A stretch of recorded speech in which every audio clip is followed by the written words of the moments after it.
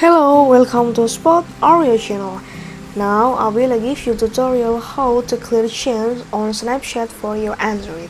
Before that, I wanna ask you guys that you so don't miss any of our videos, don't forget to like, share, and subscribe to this channel. And let's start it. First, we go to the Snapchat application. Click on. After that, you can click the symbol of the photos in the corner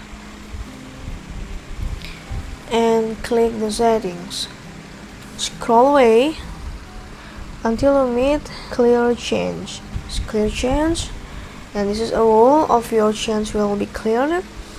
Your memories backup wanna be deleted. So the change is make your Snapchat is more slowly to move. So I need to clear the change and continue with the progress and successfully clear the change.